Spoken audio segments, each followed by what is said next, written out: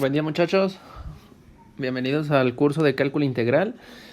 Prácticamente el cálculo integral se deriva a puras sumas o restas, en efecto.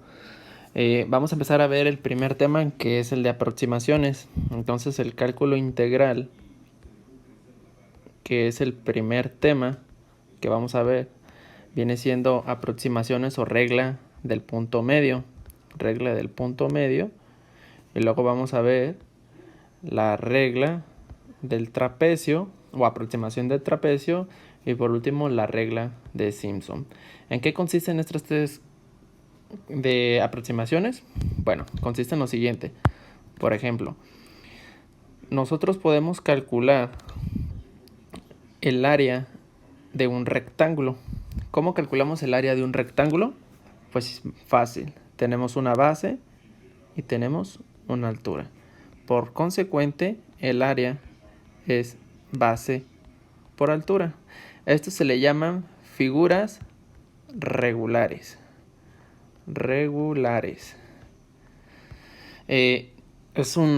Todo lo que tengan formas bien definidas. Por ejemplo, otra figura regular, pues es un triángulo. Tiene su base, pero tiene una altura de ahí a ahí. Entonces, ¿cómo calculamos el área? El área prácticamente sería base por altura entre 2. Esa sería el área. El cálculo integral prácticamente es una sumatoria, en este caso, de áreas. ¿Cuál sería el área? Por ejemplo, del triángulo, pues ya sabemos que prácticamente es esto. Entonces, en ocasiones en la vida cotidiana o en la vida ingenieril no tenemos ese tipo de figuras. Por ejemplo, tenemos figuras así. Si ustedes tomaron atención y vieron el video de la piscina, hay una piscina donde tiene forma así. Entonces, ¿cómo puedes calcular el área de esa piscina si no hay una fórmula en específico? Entonces, para eso entra el cálculo integral o, en efecto, las aproximaciones. Lo que tenemos que hacer, tenemos que formar una figura, por ejemplo, un rectángulo, en este caso, donde abarque la mayor área posible. Ya me sale poquito, vamos a suponer. Entonces, pero nos quedan áreas alrededor en donde nosotros no podemos calcularlas. Entonces procedemos a hacer más rectángulos chiquitos en este sentido. Y luego aquí nos quedó, hacemos otro más chiquito. Y así sucesivamente para poder calcular un área aproximada. Y así infinito. ¿Cuándo vamos a acabar? Nunca se acaba. Y así sucesivamente hasta alcanzar de llenar todos los espacios o ser más precisos. Si nosotros hacemos un zoom, por ejemplo, si quisiéramos hacer un zoom en esta parte, aquí, pues habría muchísimos rectángulos.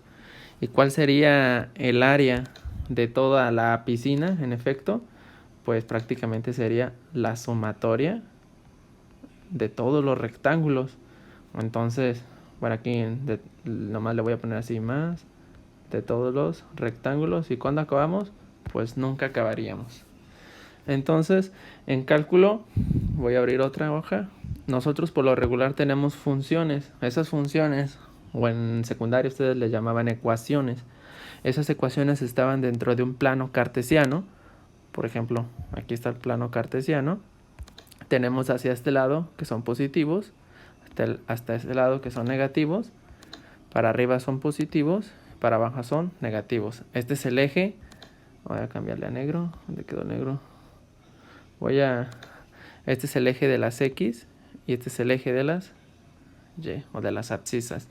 Entonces, para este lado tienes 1, 2, 3, etcétera, hasta el infinito.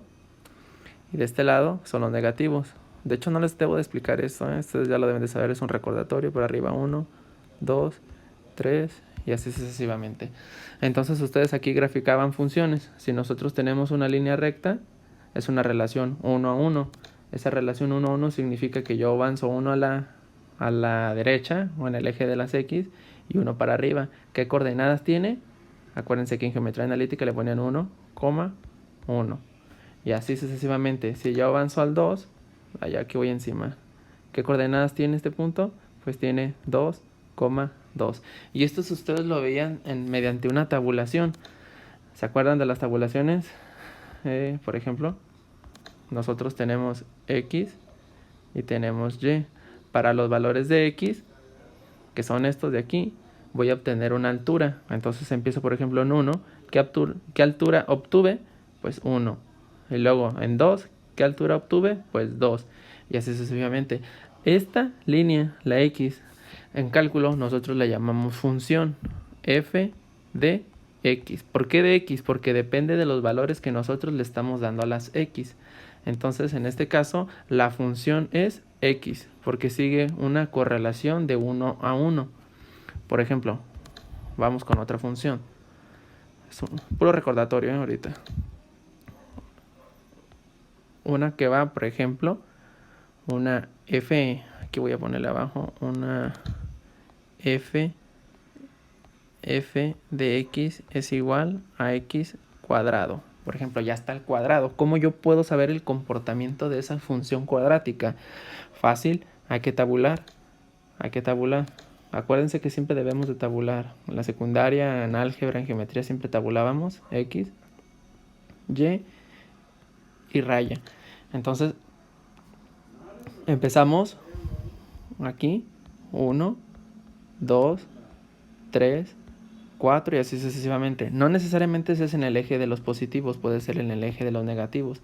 Entonces, para ver el comportamiento que tiene en este video corto de 1 a 3, aquí voy a poner 1, 2 y 3. Quiero encontrar la altura. ¿Cómo? Pues tengo que sustituir estos valores ahí. Y empieza, por ejemplo, aquí sería 1 al cuadrado. 1 por 1, 1. Y aquí 2 al cuadrado, 2 por 2, 4.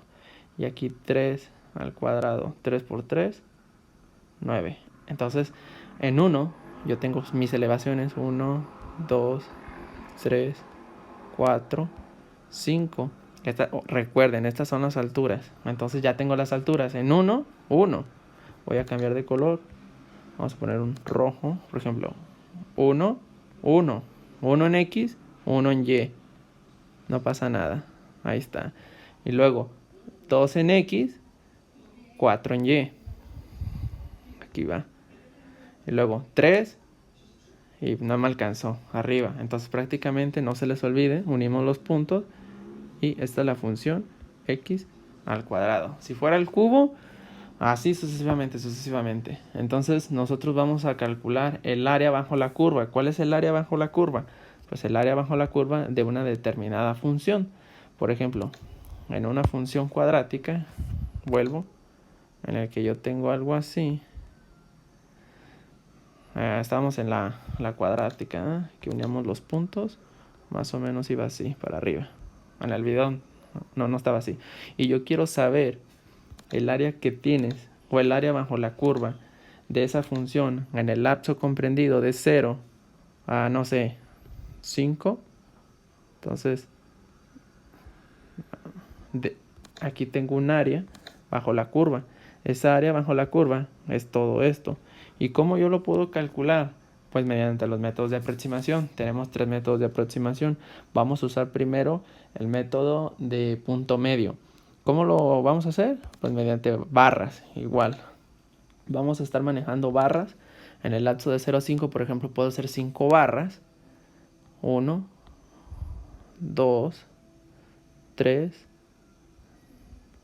Bueno, no me salió, ¿eh? 4. En este caso tengo 1, 2, 3. Ah, no, sí. Pues son 5 barras. Entonces yo lo que necesito es conocer las alturas de estas barras. Por ejemplo, aquí tenemos conocer las alturas de esas barras. Y ya, al último, tengo que sumar esos 4 barras o esos 4 rectángulos. En este caso sería el 1, el 2, así sucesivamente, pues. Esto se le llama probabilidad estadística sumatoria. Ahorita nosotros en cálculo integral lo vamos a denominar como una S alargada. Así, una S alargada solamente. Pero esa S alargada significa suma. En el video que sigue vamos a empezar a ver sobre este tipo de método que se llama punto medio, ¿vale? Voy a detener el video para que no se haga